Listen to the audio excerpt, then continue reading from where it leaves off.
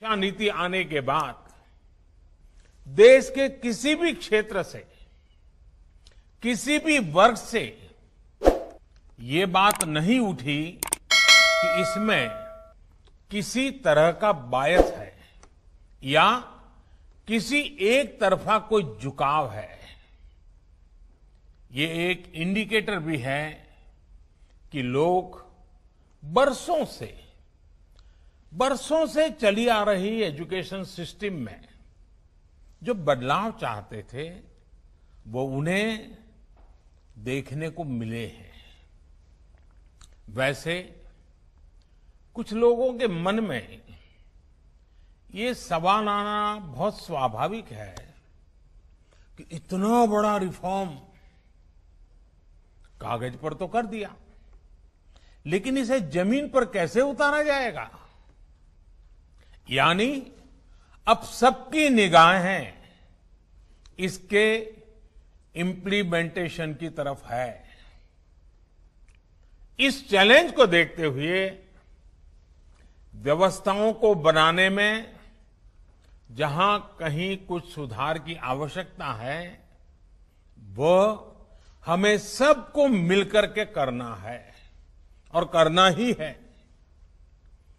आप सभी राष्ट्रीय शिक्षा नीति के इम्प्लीमेंटेशन में और उस काम में सीधे तौर पर जुड़े हैं और इसलिए आप सबकी भूमिका बहुत ज्यादा है, बहुत अहम है।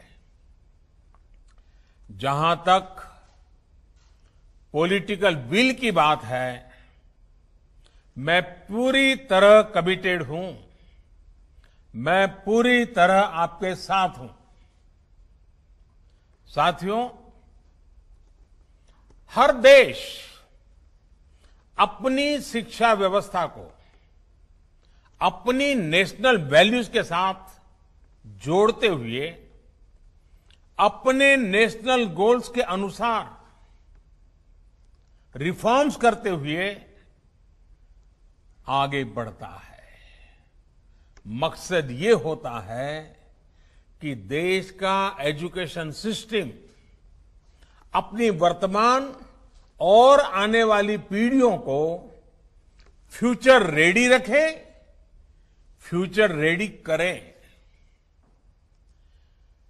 भारत की नेशनल एजुकेशन पॉलिसी, राष्ट्रीय शिक्षा नीति का आधार भी यही सोच है।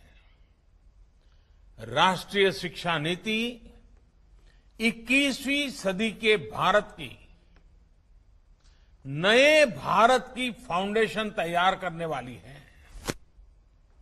21वीं सदी के भारत को हमारे युवाओं और हमारे युवाओं को जिस तरह की एजुकेशन की जरूरत है, जैसी स्किल्स चाहिए, राष्ट्रीय शिक्षा नीति पर इन बातों पर विशेष फोकस है।